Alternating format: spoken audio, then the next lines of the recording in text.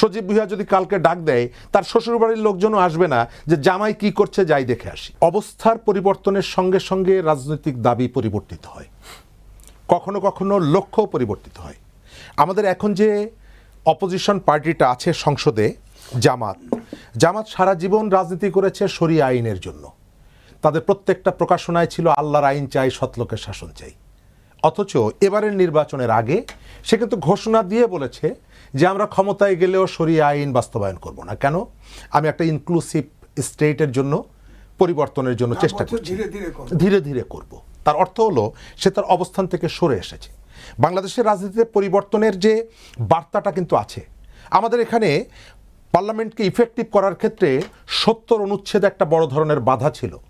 সেখানে একটা সংস্কার এসেছে বলে গুম কমিশন নিয়ে আজকে যে ব্যারিস্টার জমিরুদ্দিন সাহেবের ছেলে নওশাদ জমির, সে বিএনপির এমপি হওয়ার পরেও কিন্তু কথাটা বলছে, তার দলের অবস্থানের বিপক্ষে যাচ্ছে। যদিও গুম নিয়ে আমাদের গত কয়েকদিন ধরে এখানে প্রচুর জল ঘোলা করার চেষ্টা করা হয়েছে।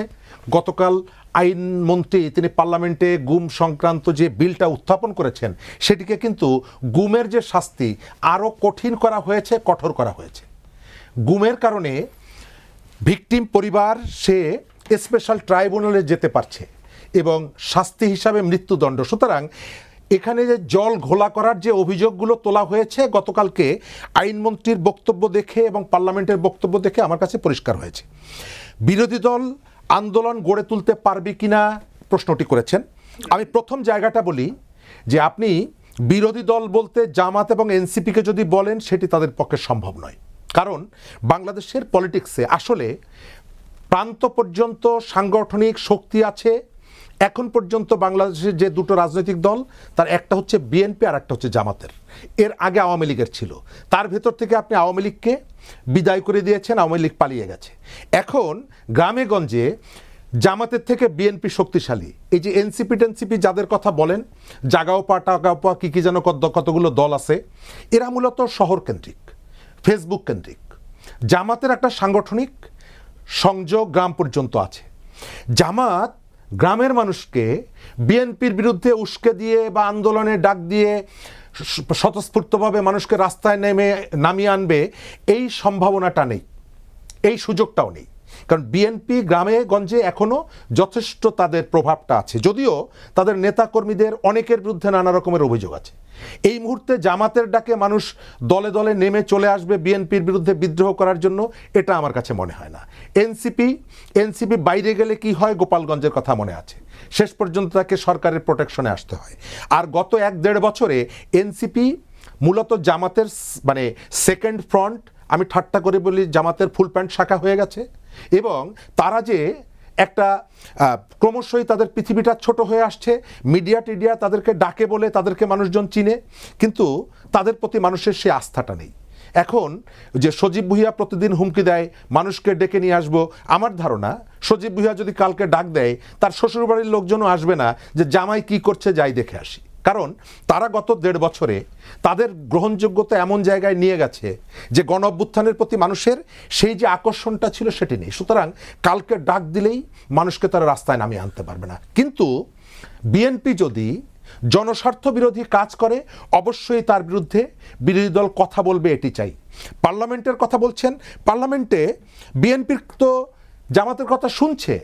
যে রাষ্ট্রপতির ভাষণ বয়কট করলো জামাত সহ বিরোধী দল, সেই রাষ্ট্রপতির ভাষণের উপরে যখন তারা 50 ঘন্টা আলোচনার প্রস্তাব করলো, সরকারি দল কিন্তু বলেনি যে না আমরা এতক্ষণ আলোচনা করব না। আপনাকে একটা তথ্য দেই, আমাদের যে পার্লামেন্ট আছে এই পার্লামেন্ট প্রতি মিনিটের জন্য তার খরচ হচ্ছে 2,72,000 টাকা। 2,72,000 টাকা খরচ করে প্রতি মিনিটে আপনি 50 ঘন্টা রাষ্ট্রপতির আলোচনার উপরে, বক্তব্যের উপরে আলোচনা করলেন। কার প্রস্তাব? বিরোধী দলের প্রস্তাব। তো সেই বিরোধী দল যদি বাইতুল মোকাররমের সামনে গিয়ে বলে যে সরকারি দল আমাকে কথা বলতে দিচ্ছে না, মানুষ এটি কিন্তু এনএসএফ সার্টিফাইড স্বজন সিপিবিসি পাইপ ভালো তো লাইফ ভালো পর্যবেক্ষণ করবে বিরোধী দলের অভিযোগটা সত্য কিনা, এটি পর্যবেক্ষণ করে তার সাথে যুক্ত হবে। আমি রাজনীতির ভবিষ্যতের জায়গায় বিরোধী পক্ষ তো যখন রাষ্ট্রপতি ভাষণ শুরু করেছিলেন তারা তখন বের হয়ে গেছে। হ্যাঁ, বের হয়ে গেছে। এদের মধ্যে তো স্ববিরোধিতা আছে। এদের মধ্যে রাজনীতির মধ্যে প্রচুর স্ববিরোধিতা আছে। আপনি রাষ্ট্রপতি যখন অধ্যাদেশগুলো দিয়েছে, আপনি অধ্যাদেশের বিরুদ্ধে কথা বলেননি। আমি আরেকটু ডিটেইল আপনাকে বলি। রাষ্ট্রপতির যে অধ্যাদেশ, সেই অধ্যাদেশের একটা জায়গা হচ্ছে মুক্তিযুদ্ধ, অর্থাৎ অন্তর্বর্তী সরকারের যে অধ্যাদেশ, তার একটা জায়গা হচ্ছে মুক্তিযুদ্ধের সংজ্ঞার বিষয়। সেখানে বলা আছে যে বাংলাদেশের ৭১ সালে পাক হানাদার বাহিনীর সাথে জামাত ইসলাম, নেজামি ইসলাম এবং মুসলিম লীগ এরা হানাদার বাহিনীর সাথে যুক্ত হয়ে যুদ্ধ করেছে। জামাত তার বিরুদ্ধে নোট অফ ডিসেন্ট দিয়েছে ওই অধ্যাদেশের বিরুদ্ধে। কেন? কারণ তাদের নামটা তারা রাজাকারের তালিকা থেকে মুছে ফেলতে চায়। অর্থাৎ অন্তর্বর্তীকালীন সরকারের ওই অধ্যাদেশটা সে পরিবর্তনের, ওই শব্দটা পরিবর্তনের কথা বলছে। কেন? তার স্বার্থের সাথে জড়িত। তার মানে হচ্ছে সে দেখিয়ে দিচ্ছে যে অন্তর্বর্তী সরকারের সব অধ্যাদেশ মধু না। এখানে অন্তর্বর্তী সরকারের অধ্যাদেশ জুলাই, এটাকে যার যেখান থেকে সুবিধা সে সেটিকে ব্যবহার করছে। আপনি যতই বলেন না কেন, আমার কাছে মনে হতে পারে যে খুব অনেস্টলি তারা একটা ইতিবাচক পরিবর্তন চায়। নো, রিয়ালিটি তা না। তার উদাহরণ হলো যে অন্তর্বর্তীকালীন সরকার ওই যে ওষুধের নিয়ে যে অধ্যাদেশের কথা বলেছিলাম, যে প্রস্তাবের কথা বলেছিলাম, আপনার দুর্নীতি দমন কমিশনের যে সংস্কারের কথা বলেছিলাম, পুলিশ সংস্কার কমিশন মানে হচ্ছে ২০০ কোটি টাকার কেবলমাত্র পোশাক পরিবর্তন করা। কই, এটা নিয়ে তো কথা বলছে না। বাংলাদেশকে আমেরিকার কাছ থেকে $৭৫ বেশি দিয়ে পার টন গম কিনতে হচ্ছে। ডক্টর ইউনূস তার মুখোশের আড়ালে তিনি যে আমেরিকার একজন সেবা দাস ছিলেন, এটি প্রমাণ করে গেছেন এই সমস্ত চুক্তি দিয়ে।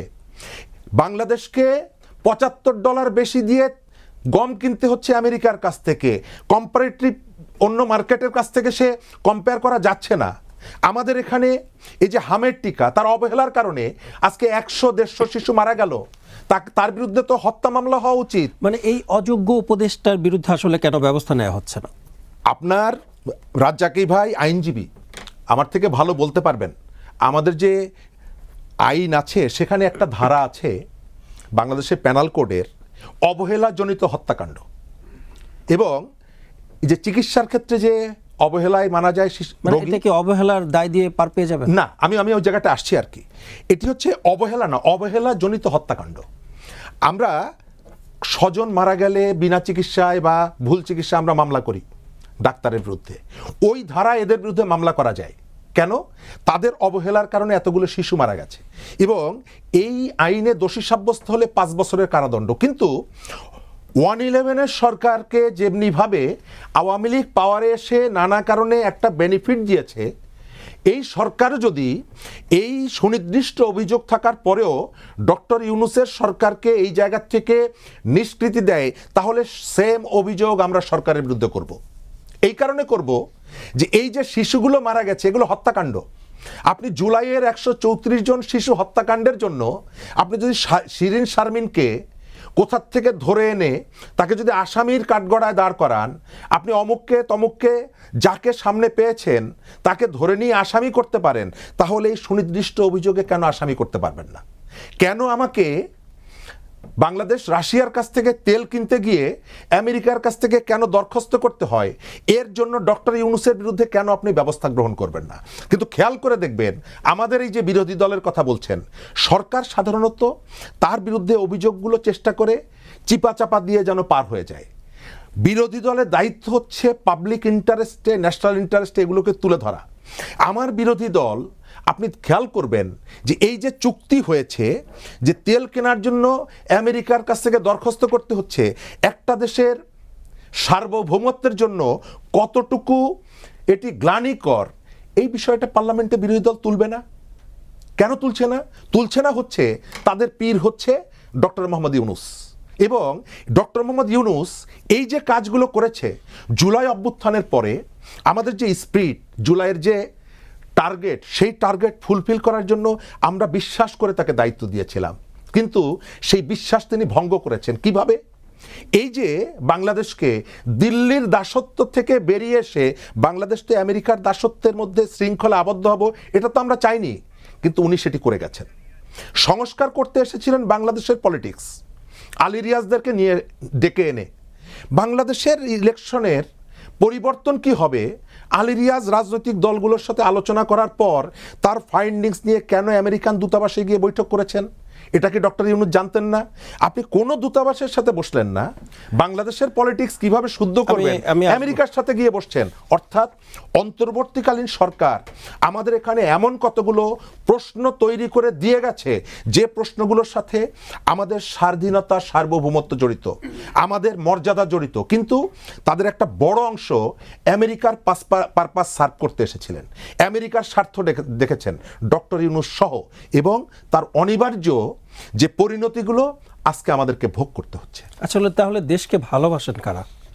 দেশকে ভালোবাসে প্রথম যদি বলেন একেবারে সাধারণ মানুষ, একেবারে গরিব মানুষ, দেশ থেকে যারা পালিয়ে গেছেন, যারা দেশের মানুষের জন্য কাজ করে, তারা কি দেশকে ভালোবাসেন না? আপনি আমাদের সাধারণ মানুষের যে ভালোবাসাটা যদি আপনি বলেন, যে ছেলেটা ভূমধ্যসাগর পাড়ি দিয়ে মৃত্যুকে মুঠোয় নিয়ে বাইরে যাচ্ছে, এই দেশের জন্য সার্ভ করছে সে সব থেকে বেশি।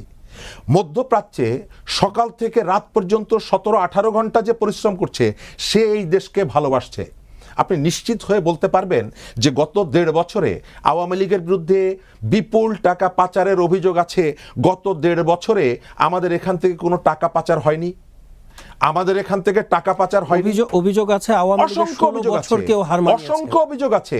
শেয়ার মার্কেট লুট হয়নি গত 1.5 বছর। আপনি কি নিশ্চিত হয়ে বলতে পারবেন যে এখনো যে শাসন ব্যবস্থার মধ্যে আমরা এসেছি, নির্বাচনের ভেতর থেকে সবকিছুই কি খুব স্বচ্ছভাবে পরিচালিত হচ্ছে? যদি হয়ে থাকে তাহলে কালকে এই যে বিসিবি নিয়ে যেটা হলো, এটা কি প্রত্যাশিত? জুলাইয়ের সাথে এটা কি প্রত্যাশিত? ধন্যবাদ। আমরা পাপনের যে সমালোচনাটা করেছি, আজকে সেম সমালোচনা করার মতন গ্রাউন্ড তৈরি হচ্ছে না। ধন্যবাদ।